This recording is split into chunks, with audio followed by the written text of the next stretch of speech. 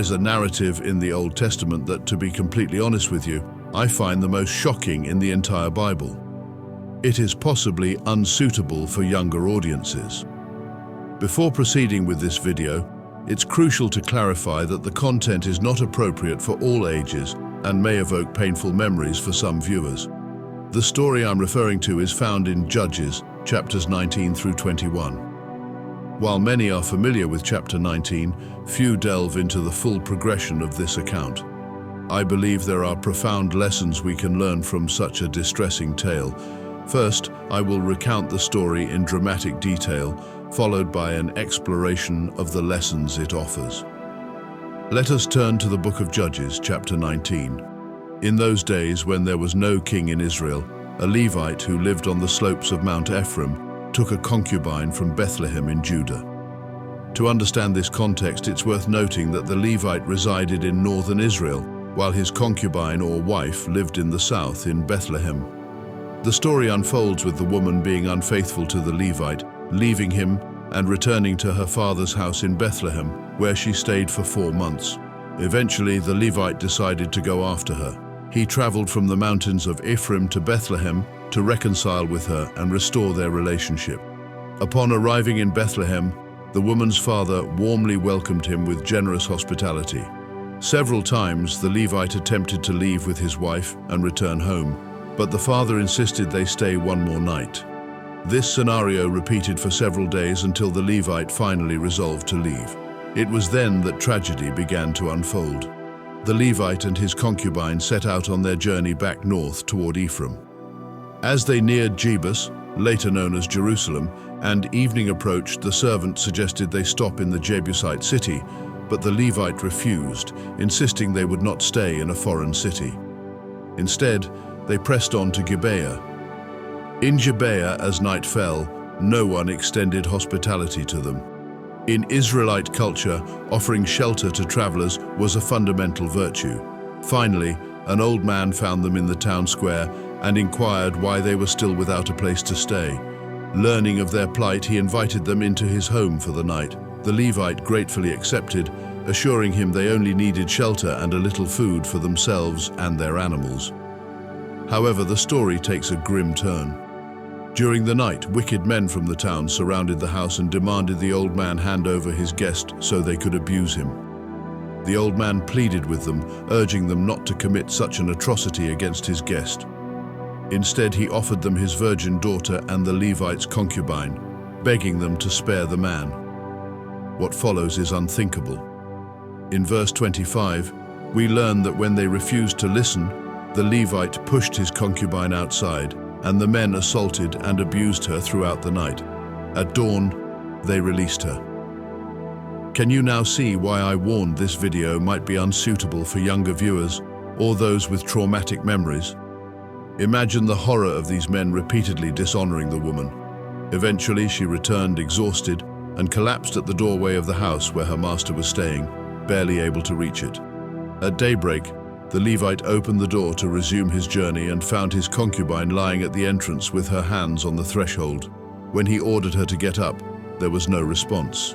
She had died. The account continues with a deeply disturbing act. The Levite took her body home, cut it into 12 pieces, and sent each piece to the tribes of Israel. Everyone who saw this act was horrified, declaring that nothing so appalling had ever happened before. Since the exodus of the Israelites from Egypt, this narrative provides an essential point for reflection. After the tragic events, the Levite not only brought his concubine's body home and mutilated it, but also attached a letter to each part, sending the pieces to the 12 tribes of Israel. In each letter, he described the horrific crime committed by members of the tribe of Benjamin. When the other tribes learned of the woman's fate and read the details, they were appalled, declaring that such an atrocity had never occurred in their history. The story continues in Judges chapters 20 and 21, offering even more to unpack. From this point, let's begin drawing some lessons. Lesson 1. The consequences of lacking accountability. When responsibility is absent in our lives, there is a strong tendency to stray from what is right. Judges 19:1 emphasizes this by stating, "In those days, Israel had no king." Without accountability or the fear of facing consequences for our choices, we are more likely to take harmful paths. The lack of responsibility fosters the illusion that we can act independently without answering to anyone. This was the context in Israel at that time. Though there were laws, they were neither respected nor enforced.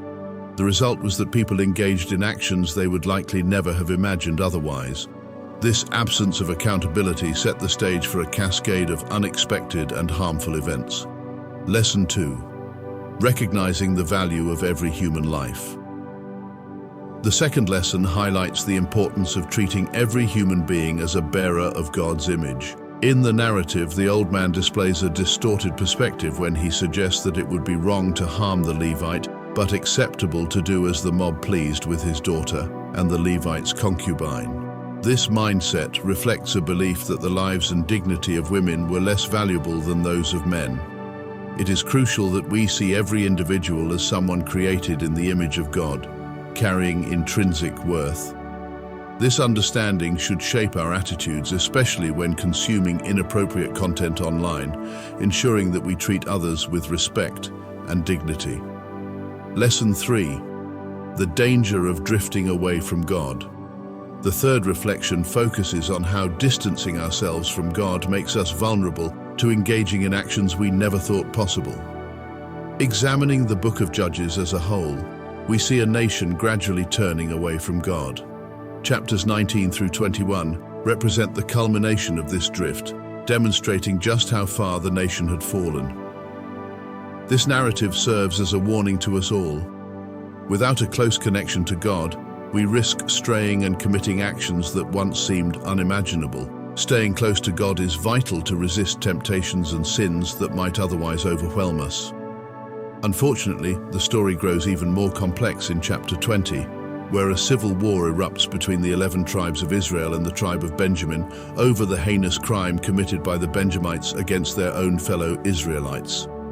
I encourage you to read chapters 20 and 21 in detail, but in summary, a massive battle results in the loss of thousands of lives on both sides.